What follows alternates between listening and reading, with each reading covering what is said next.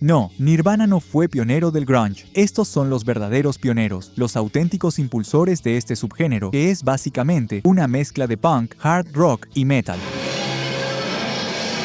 Tenemos que remontarnos a principios de la década de 1980 para destacar algunas de las bandas que empezaron a hacer cosas un poco diferentes en el noroeste del Pacífico. Una de las primeras fue Malfunction, formada por el carismático Andrew Wood a los 14 años junto con su hermano Kevin. Probablemente tenían la estética más distintiva de todas las bandas del noroeste del Pacífico, con Wood una personalidad desbordante que a menudo actuaba con la cara pintada y adoptaba un alter ego, Andrew, The Love Child. Pero, más allá de la teatralidad, su música era cruda, pesada y profundamente influyente. Aunque Malfunction nunca alcanzó el éxito comercial, su fusión del exceso del rock y la energía del punk dio lugar a un sonido grunge más oscuro y minimalista. Tras la disolución de la banda, Wood formó Mother Love Bone, que sentó las bases de Pearl Jam tras su trágica muerte en 1990. Ahora bien, si realmente quieres entender de dónde vino el grunge, no puedes pasar por alto a The Human. Formados en 1981, estos chicos no solo hacían música, sino que creaban caos. No eran aptos para la radio, no eran pulidos y, desde luego, no intentaban serlo. Su sonido, crudo, irregular, impredecible, todo lo contrario al rock brillante y sobreproducido que dominaba a principios de los 80. En aquella época, MTV promocionaba bandas de glam metal con peinados cardados y mallas, pero The Human tocaban un ruido distorsionado, pantanoso e impregnado de punk que parecía salir de las alcantarillas de Seattle. Sus salvajes y temerarios conciertos en directo se hicieron legendarios. Una vez, incluso incendiaron un lago durante una actuación en Green River, Wyoming, vertiendo gasolina en él. Sí, estos tipos no solo tocaban música, sino que incendiaban el escenario, literalmente. The Human también fueron la primera banda en trabajar con la manager Susan Silver, que más tarde gestionó Soundgarden, Screaming Trees, Alice in Chains y muchos más. 2 años más tarde, Melvins redefinió la música heavy de una forma que nadie esperaba. Mientras que las emisoras de rock estaban llenas de melenas, estribillos pegadizos y solos de guitarra llamativos, Melvins hizo lo contrario. Ralentizó el ritmo, eliminó los adornos y lo hizo ruidoso, crudo y heavy. Temas como Hooch y Night Goat presentaban riffs contundentes y una intensa densidad que desempeñaron un papel clave en la configuración del sonido grunge. Inicialmente, una banda post-punk de ritmo rápido, Osbourne acabó inspirándose en sus influencias punk y hard rock blues para crear algo nuevo. Oí un sonido en mi cabeza que era diferente de lo que había oído antes. Gran parte era más lento, pero yo quería hacerlo de una manera más metalera, más o menos, pero no quería todos los adornos del heavy metal. Quería una mezcla de todo, dijo. A diferencia de Melvins, este canal no ralentiza las cosas. Dale a suscribirse y te prometo que vamos a acelerar el ritmo.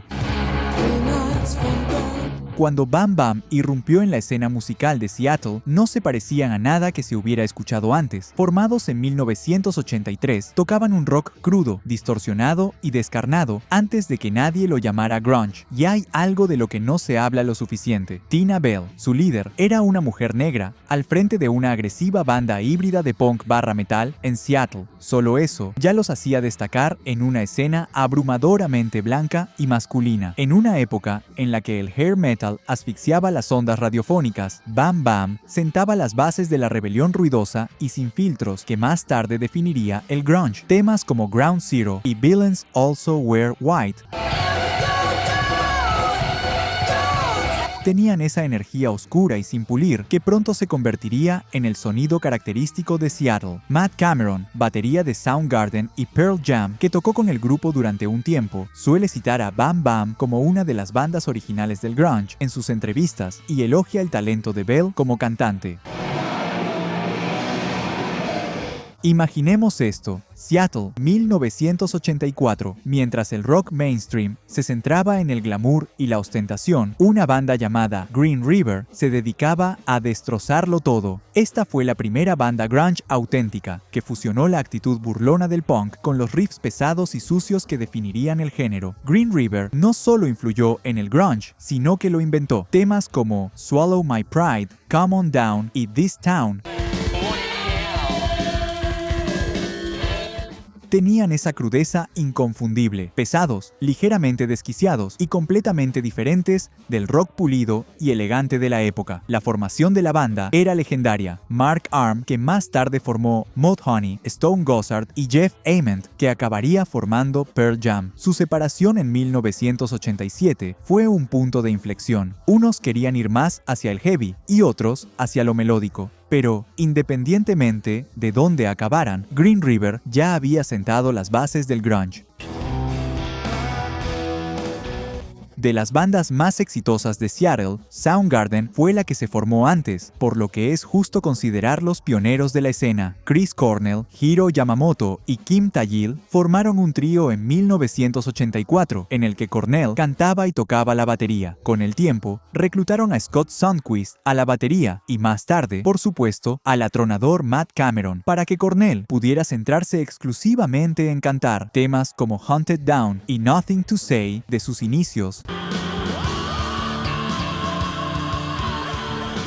Ya tenían esa intensidad oscura y melancólica, pero cuando Flower triunfó en 1988, la gente empezó a darse cuenta de que se trataba de algo diferente. El sonido de Soundgarden era único por varias razones. En primer lugar, la mayoría de sus canciones estaban escritas en compases irregulares. En segundo lugar, Thayil empezó a tocar la guitarra en afinación drop D, después de que Buzz Osborne, de Melvins, se la enseñara. Por último, pero no menos importante, Cornell tenía una de las voces más potentes del panorama musical.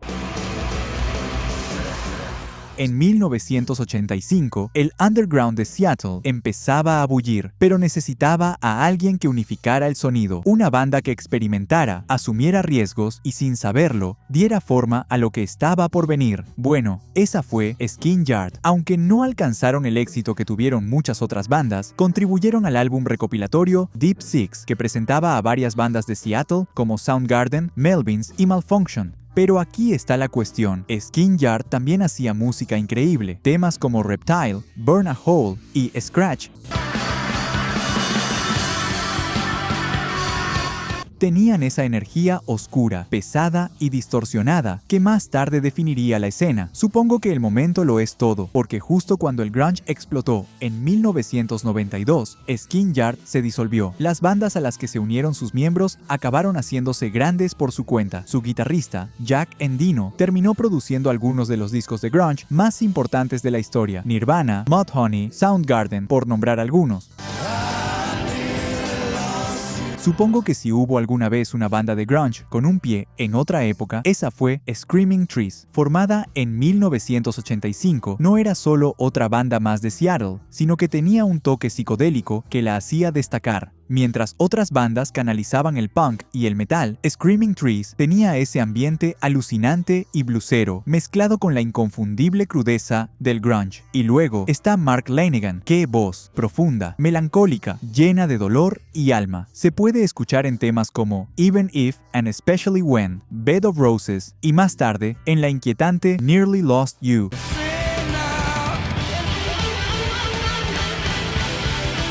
De la banda sonora de singles. Eran de Ellensburg, a las afueras de Seattle, pero estaban lo suficientemente cerca como para estar en el lugar adecuado, en el momento adecuado. Alcanzaron el mayor éxito comercial alrededor de 1992, después de que el grunge explotara y Seattle se convirtiera en el epicentro de la música rock de Estados Unidos.